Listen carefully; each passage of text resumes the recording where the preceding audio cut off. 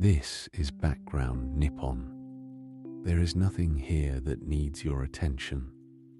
What follows is Japanese history, told slowly for the end of the day. The lanterns are lit. In the year 1974, a man emerges from the Philippine jungle. His uniform is tattered, the fabric softened by decades of rain and wear. His beard is long, his skin darkened by 29 years beneath a sun he has never stopped watching for the enemy. He carries a rifle that has never left his hands. He moves through the dense green with the caution of someone still at war, still listening for the sound of boots he learned to recognize in 1944. The jungle around him is the same jungle it has always been, indifferent, vast, unhurried. He has learned its rhythms so completely that the boundary between man and forest has grown thin. Behind him, the trees close silently. Ahead of him, a world he left has continued without him, changed in ways he cannot yet imagine. He does not know what year it is. He only knows that no one has ordered him to stop, and so he has not stopped. Hiroo Onoda was born in 1922 in Kamikawa, a small town in Wakayama Prefecture on the forested coast of central Japan. He was the third of 6 children. His father managed a sake brewery. His mother came from a family with a long martial tradition. Her own grandfather had served in the Meiji imperial forces. He grew up in a country that was already arming itself, already beginning to understand that the world beyond its shores was something it would have to contend with. As a boy, he was quiet and attentive, with a talent for stillness that would later serve him in ways he could not foresee. He read carefully. He listened before he spoke. He learned calligraphy and mathematics, and the particular Japanese discipline of observing the world exactly as it is without adding what one wishes to see. These qualities were not unusual in the Japan of his youth. They were simply the shape of the time, and they became the shape of his life. In 1942, at 20 years old, Onoda enters the Imperial Japanese Army.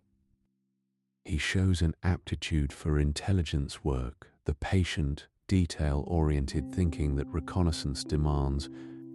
He is selected for training at the Nakano School in Tokyo, a secretive facility that prepares officers in codes, ciphers, espionage, and guerrilla tactics. The curriculum is thorough and demanding. He learns to read a landscape as a text, to gather information without being seen, to move through hostile territory leaving no trace. He learns to operate alone, far from the nearest commanding officer, relying entirely on orders received before departure. At Nakano, a principle is instilled in him that will define everything that follows. An order binds the soldier completely. If no new order arrives, the old order holds. This is not rigidity. It is the discipline that allows a lone operator to function without losing his way. It is also, though no one intends it, the mechanism by which he will remain in the jungle for the next 30 years. To understand what Onoda did, you must first understand what the Imperial Japanese Army believed about surrender. The 1941 Field Service Code was explicit. A soldier was not permitted to be taken alive. Surrender was not a military option. It was a moral failure, a disgrace to the unit, the family, the nation. Soldiers were taught from the beginning of their training that death in battle was honorable, capture was not. This was not merely official doctrine. It was a value absorbed through childhood and hardened by military education until it had the character of instinct. A soldier who surrendered was considered by the army and often by his own family to have ceased to exist in any meaningful sense. The dead received ceremonies and honors. The captured received silence. Onoda had absorbed these beliefs as completely as he had absorbed the language of military orders. Surrender was not something he was capable of choosing. It did not exist for him in the vocabulary of duty. In December 1944, Onoda receives his assignment. The Philippines campaign is going badly. American forces have retaken much of the archipelago. Lubang Island, small, densely forested, positioned in the approaches to Manila, is where he is to be sent. He is briefed by Major Yoshimi Taniguchi, his commanding officer at the intelligence school. The orders are specific. Go to Lubang, gather intelligence, disrupt enemy operations, hold the position. The orders do not include a time limit. They do not include instructions for what to do if the war ends in surrender. At the time, this omission seems unremarkable. No Japanese officer in December 1944 is planning formally for defeat. Onoda packs his rifle, his ammunition, his uniform. He is 22 years old. He is not afraid. He has been trained precisely for this kind of work, and he believes in the mission he has been given. He travels south. The jungle waits. He does not yet know he is about to disappear into it for 3 decades. Camp. Onoda arrives at Lubang with 3 other soldiers, Corporal Shoichi Shimada, Private Kinshichi Kozuka, and Private Yuichi Akatsu. They are 4 men in a jungle that feels infinite. They establish a camp in the dense interior, well away from the coastal settlements where soldiers might find them. The forest around Lubang is thick with bamboo and ferns, crossed by streams that run cold from the hills. The climate is relentless, humid and hot in the dry months, violent with rain through the wet season. They learn the terrain with care, noting the paths that local farmers use, the roads that run to the coast, the ridge lines that offer the clearest sightlines. They build shelter from what the jungle provides. They settle into routine. 4 men, 4 rifles, a shared conviction that this assignment will end when the order comes to advance. The jungle holds them quietly. They do not yet understand what kind of holding this will become. In August 1945, Japan surrenders. The emperor speaks on the radio, the first time most Japanese people have ever heard his voice. 2 cities have been destroyed by weapons of a scale that no one had imagined possible. The war ends abruptly with a gravity that leaves the world momentarily silent. Across the Pacific, news spreads in hours. But on Lubang Island, news arrives differently. It arrives as paper falling from aircraft, leaflets printed in Japanese, announcing the war is over, urging soldiers to emerge from the jungle and turn themselves in. Onoda reads the leaflets. He has been trained to expect exactly this kind of operation. Psychological warfare, the attempt to break a soldier's will through false information, was a standard Allied tactic.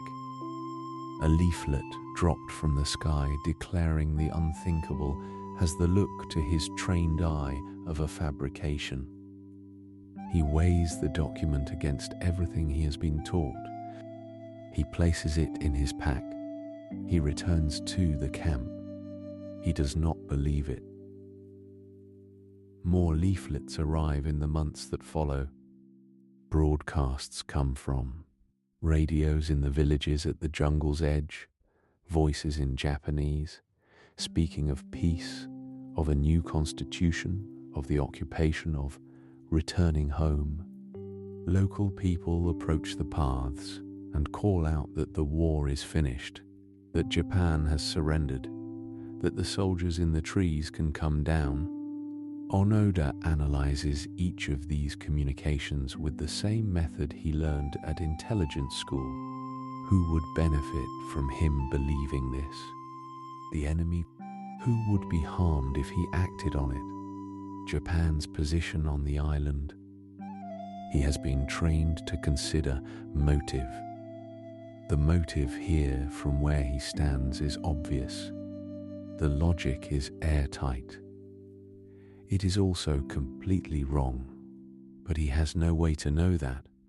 His only reliable measure of truth is the chain of command. The chain of command is silent. Until Major Taniguchi gives a direct order to stand down, the war continues. Everything else is noise. Routine. As weeks become months, the four men settle into a different kind of existence. The fighting, such as it was, gives way to something quieter. Survival, vigilance, the slow work of holding a position. They must eat. They find wild boar in the jungle interior. They trap birds, gather coconuts, raid the edges of farm fields when the night is dark enough. They maintain their weapons with exact care, cleaning the rifles daily, counting and preserving ammunition, checking every component for rust and wear. They move between camps, never staying long enough in one place to leave traces that could be followed. The discipline trained into them at the Nakano school does not fade. If anything, it deepens, becomes more automatic, less conscious. They do not need to remind each other of their duty. Their duty has become the texture of their days. They are still soldiers. The war for them is still happening. It simply looks different now, slower, quieter, more patient, like the jungle itself. Light, the years pass in the rhythm of the jungle. Dry months and wet months. The boar grow accustomed to the presence of human hunters and must be pursued further from the camps. The coconut trees near the coast produce, at their usual pace, indifferent to politics or history. Onoda and his men develop the habits of people who have given themselves completely to a single place. They know which streams run clean, which trails flood in the rains, which ridgelines command the clearest views of the paths below. They become, without quite intending it, deeply familiar with an island that is not their country, in a war that the rest of the world has moved past. At night, the jungle sounds the way it always sounds. Insects, wind in the bamboo, a bird disturbed from sleep. There is a strange steadiness to this life. Not comfort exactly, but something close to it, the steadiness of men who know precisely what they are supposed to be doing, even if the world beyond the trees no longer agrees. In 1950, 5 years after the war's end, the unit begins to fracture. Yuichi Akatsu, the youngest of the four, has grown quiet in a different way. Something in him has shifted, a loosening of certainty, a widening crack in the belief that has held them together. He has been in the jungle for 6 years. He has read the leaflets. He has heard the broadcasts. One day in 1950, without telling the others, he walks down to a coastal village and waits to be found. He is 26 years old. He is alive. He is exhausted in a way the jungle cannot cure. The authorities take him in. He tells them about the other 3 men still in the trees. Onoda eventually learns of this. His interpretation is immediate. Akatsu has been captured, his words extracted under duress or manipulation. He cannot be trusted as a source. The chain of command has not ordered any change. The mission remains. The jungle once again becomes a place of three. 3 soldiers remain: Onoda, Shimada, and Kozuka. They move further into the interior. They continue their routines, the careful circuits, through familiar terrain, the maintenance of weapons and camps, the watchful silence that is now simply how they move through the world. Shimada is steady and experienced, the kind of soldier who asks few questions because he has already answered them. Kozuka is quieter, thoughtful, a man of small, precise habits who has organized his existence around the demands of the jungle with a completeness that requires no discussion. Together, the 3 men form a unit built not on optimism but on endurance. They have been in the jungle long enough that the certainty of their original mission has been replaced by something harder and more durable, the certainty that what they are doing is the only thing available to do. They do not speak often of the war or of Japan. They speak of the next food source, the next safe camp, the next careful movement through the trees. The people of Lubang Island have their own experience of the soldiers in the jungle. For 30 years, Onoda and his men are not simply absent from the world. They are present on an island where farmers work, fields where families live in small villages near the coast, where ordinary life has its own rhythms. The soldiers raid food stores at the edges of farms.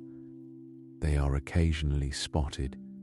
There are exchanges of fire with police patrols over the years, and a number of Lubang residents are killed or wounded in these encounters. For the people of the island, the soldiers are not relics of a distant war, they are a real and recurring danger. The Philippine government periodically sends patrols into the jungle. Leaflets are dropped. Officials make announcements. The presence of the holdouts is not a secret.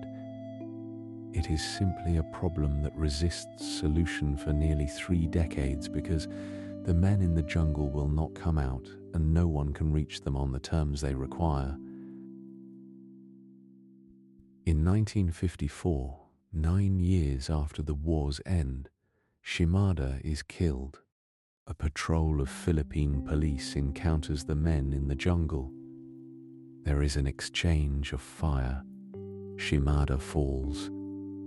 Onoda and Kozuka disappear back into the trees. Now there are only 2.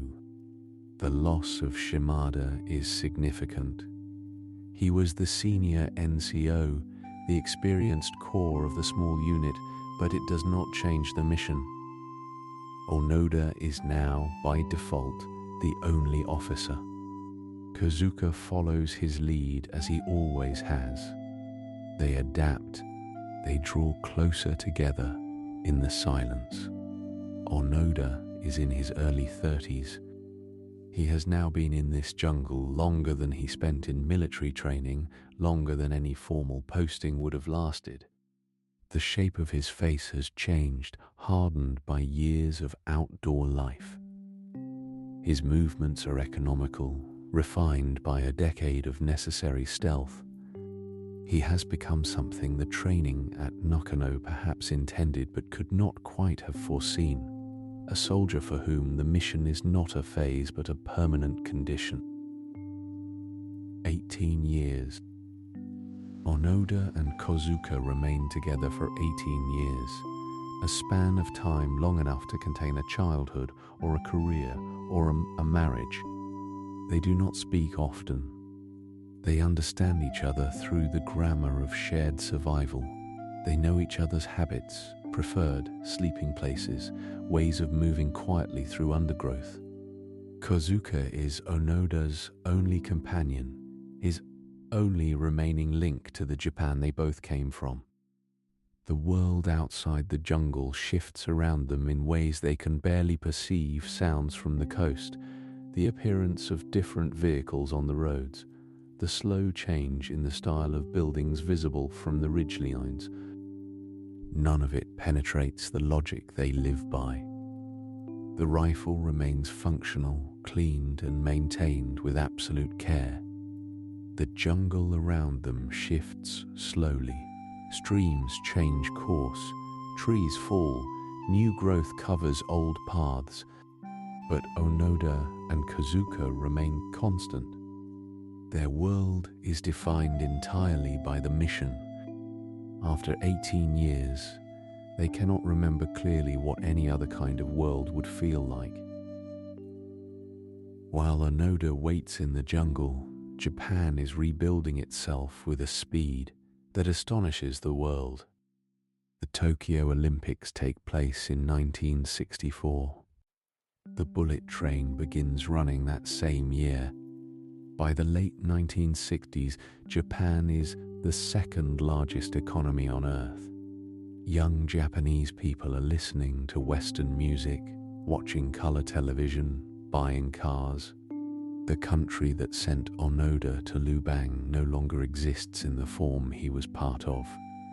The emperor is still the emperor, but his role has changed entirely. The military that trained him has been replaced by a self-defense force that has never been used in war. The families of soldiers listed as missing have long since mourned and moved on. Onoda's own family has received a death certificate. In the official records of Japan, Hiroo Onoda died in the war like so many others. He does not know any of this. He only knows the jungle, and the jungle is not Japan. In October 1972, Kinshichi Kozuka is killed in a skirmish with Filipino police. Onoda is now completely alone. He is 50 years old. He has spent more than half his life in this jungle, 28 years of it, as a soldier for whom the war never ended. He does not know if he is the last holdout. He only knows that Kazuka is gone. The jungle, which was once a place shared with 3 others, then 2, then 1, is now a place of absolute solitude.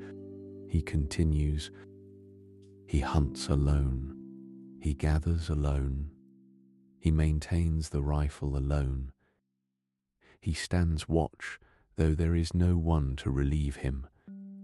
The routines that once involved coordinating with another person now involve only himself, and this shift from 2 to 1 produces a silence that is different in quality from anything before it.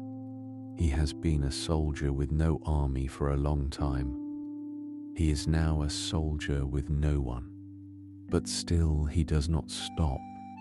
He has not been ordered to stop. For 2 years, Onoda walks the jungle alone. 2 years of unbroken solitude, no human voice, no exchange of words, no presence to confirm that the world outside the trees still exists. He prepares food for 1. He tends the fire for 1. He stands watch, and no one comes to relieve him, because there is no one.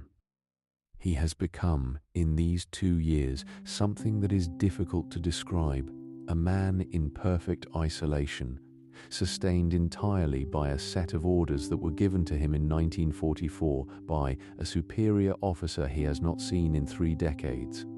The trees around him are the same trees they have always been. The streams run the same courses.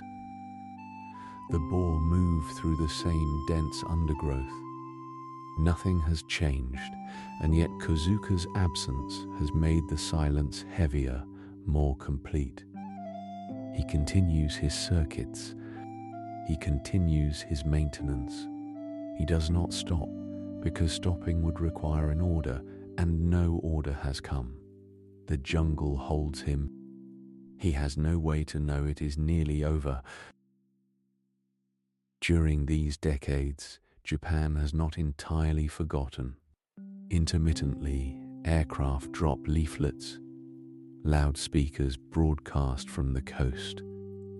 Some of these broadcasts carry voices that Onoda recognizes, or voices that sound like people he knew. His own brother speaks into a microphone aimed at the jungle, asking him to come home. The Japanese government sends search parties. His family travels to the Philippines. They hold press conferences. They stand at the edge of the jungle and call his name. Onoda hears some of these sounds. He hears at times Japanese voices where Japanese voices should not be.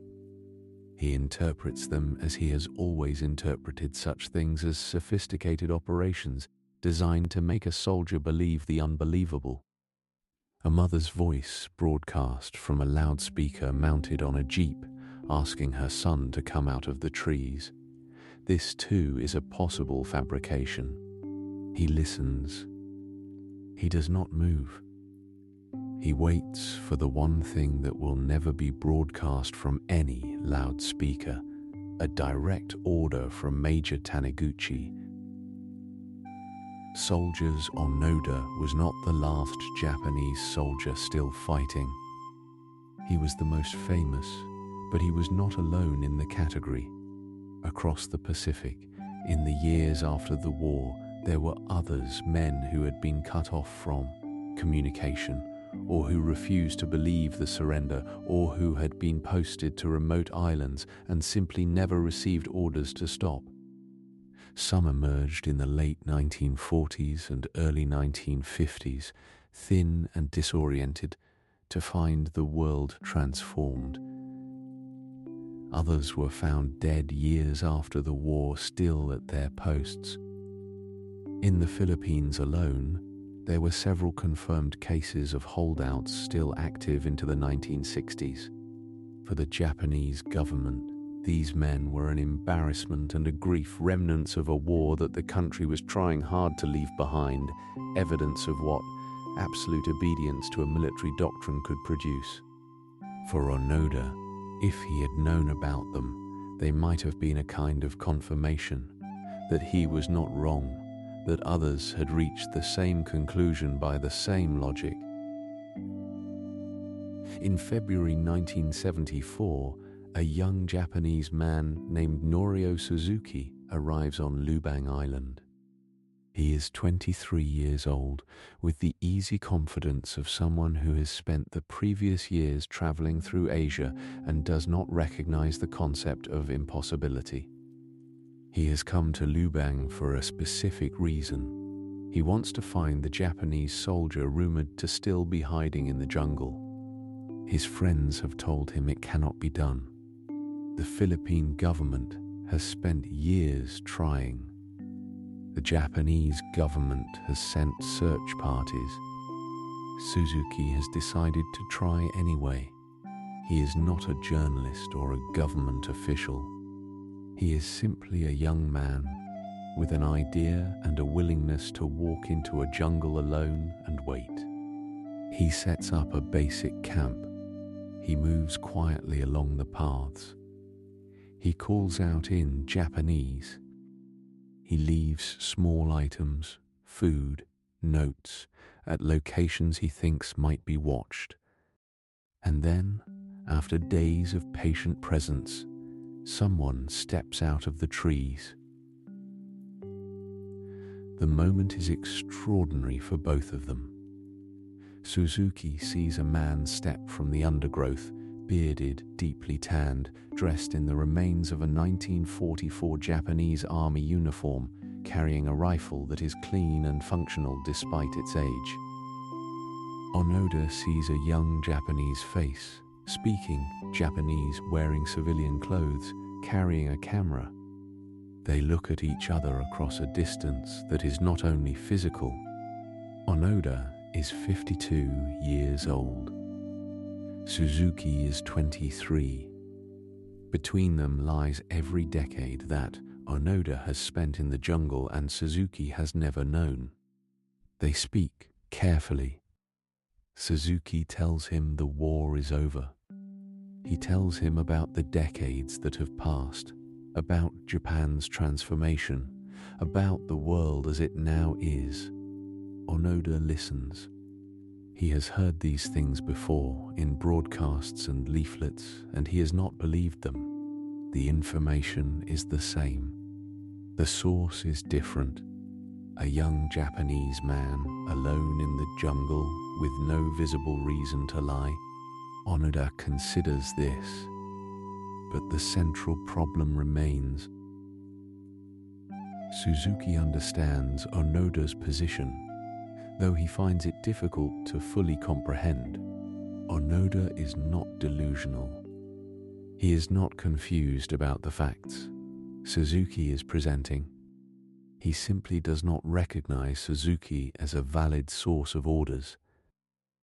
This is the precise and narrow point on which everything depends. Suzuki is a civilian.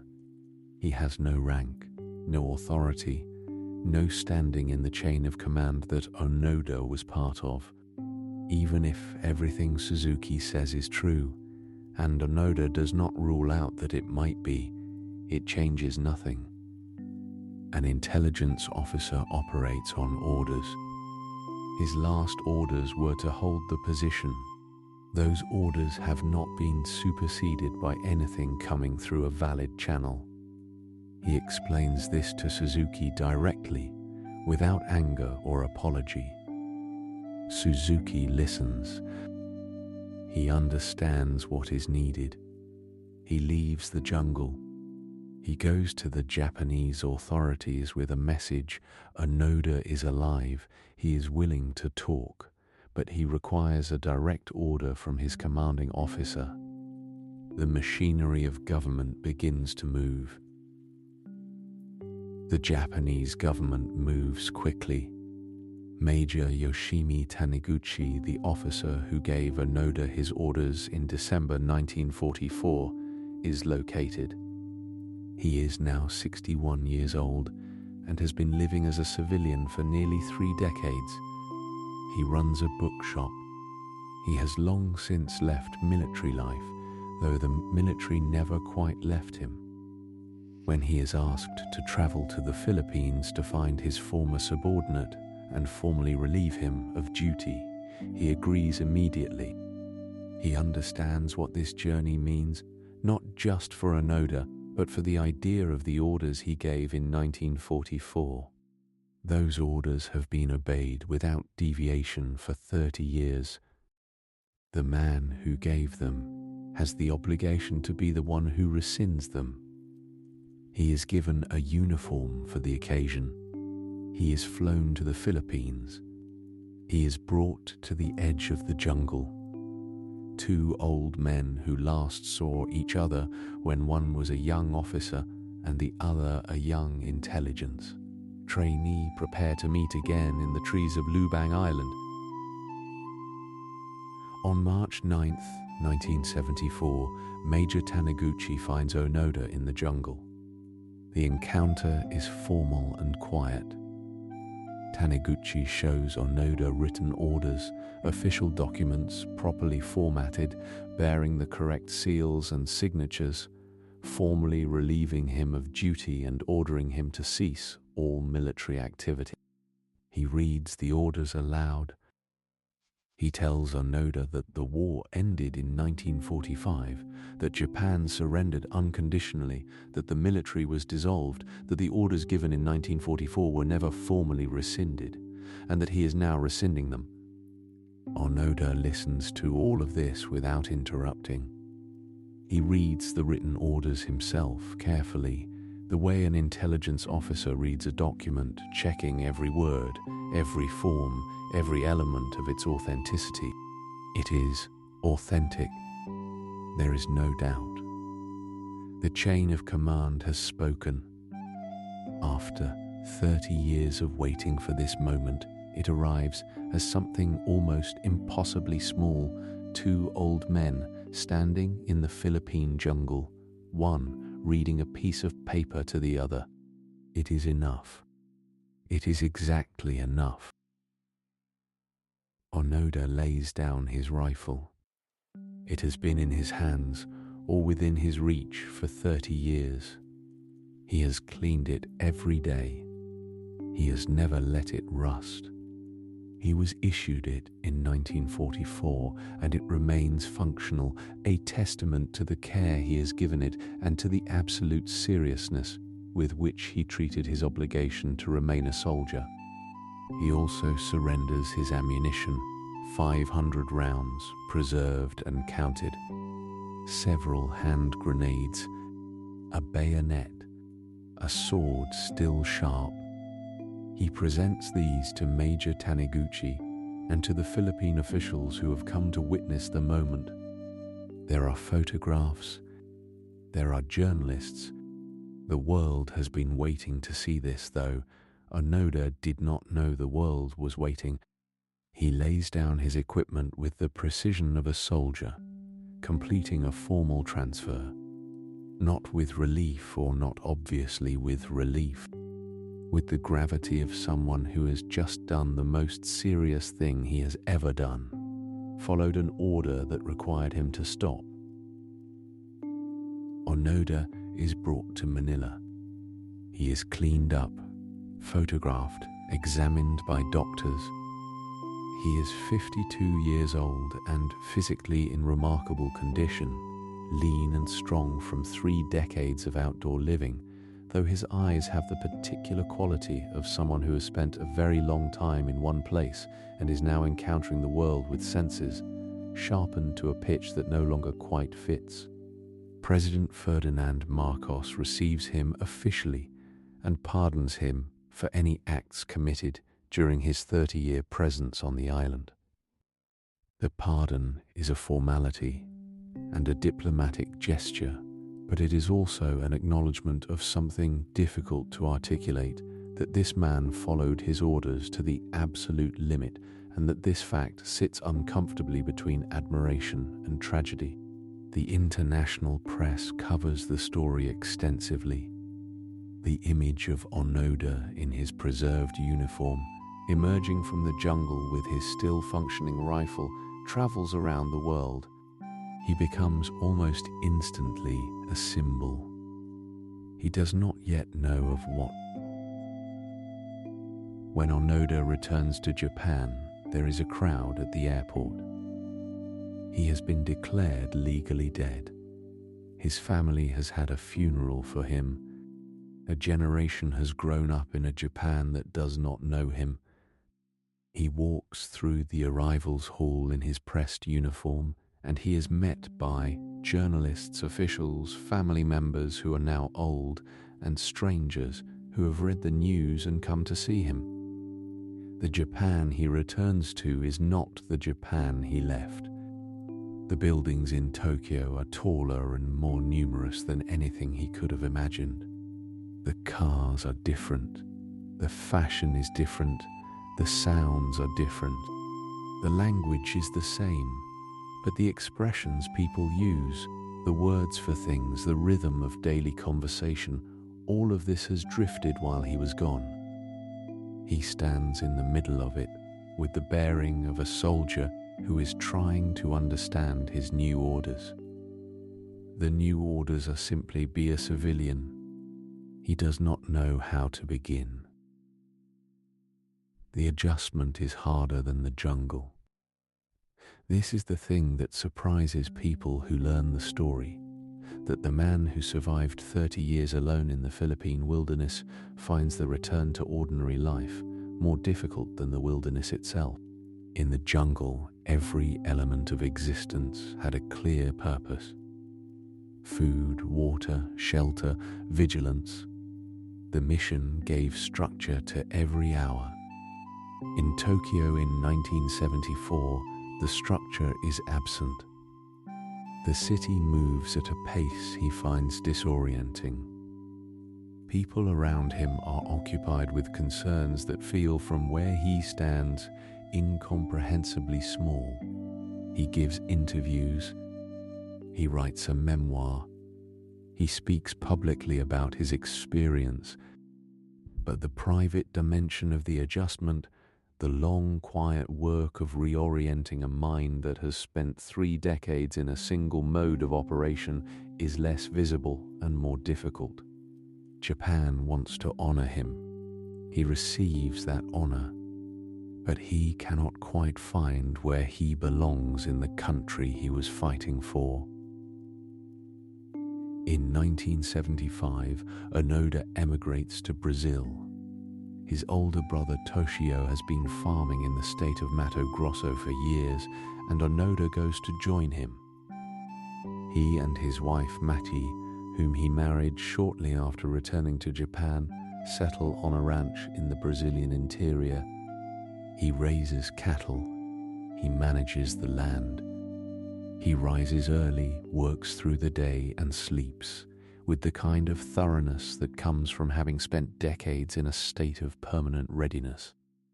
Brazil gives him something Japan did not: space, a clear purpose, physical work without complexity.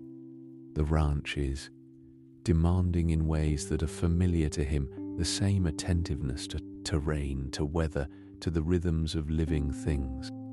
He spends more than 20 years there.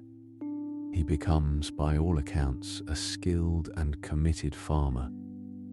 He is not the same man who emerged from the Lubang jungle, exactly. But he is a man who has found a form of life that asks things of him he knows how to give. In 1984, Onoda returns to Japan and establishes a nature school for young people, the Onoda Shizen-juku, or Onoda Nature School. He begins taking groups of children into the forests and mountains of Japan, teaching them to read the land, to move through it carefully, to understand what it asks of them and what it offers in return. He teaches them discipline without doctrine. He teaches them attentiveness. He teaches them, in the terms available to him, what he knows, that the natural world is a place of clarity, that surviving in it requires honesty about what you can and cannot control, and that the habits formed in youth become the architecture of a life. The school continues for decades. He becomes, gradually, a figure associated not with the tragedy of the jungle years, but with a more durable idea that engagement with the natural world has something to teach a generation, growing up in cities at screens disconnected from the rhythms of rain and season.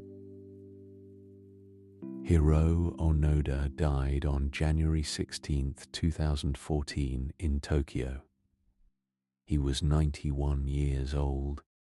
The cause was heart failure, brought on by pneumonia.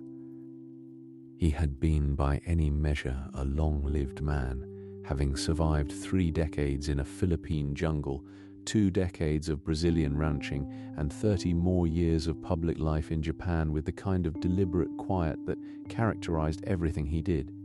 News of his death was covered internationally. Obituaries in dozens of languages attempted to summarize what his life had meant. Some called him a symbol of loyalty. Some called him a symbol of the dangers of obedience. The Philippine government expressed formal condolences. Lubang Island, where he spent the longest chapter of his life, was mentioned in every account. He is buried in Japan. The jungle on Lubang Island remains where it has always been, dense, green, patient, holding in its memory the paths he walked for 30 years, the camps he kept, the still places where he stopped and listened for sounds that never came. What does the story of Hiroo Onoda mean? This is the question that follows his name wherever it appears. He has been read as a cautionary tale about the price of absolute obedience, the terrifying possibility that loyalty to a system can outlast the system itself. He has been read as a story of extraordinary discipline, of a man who held to something with a completeness that most people will never bring to anything. He has been read as a story about the gap between duty and reality, about what happens when a mind trained to receive orders is never given the order to stop.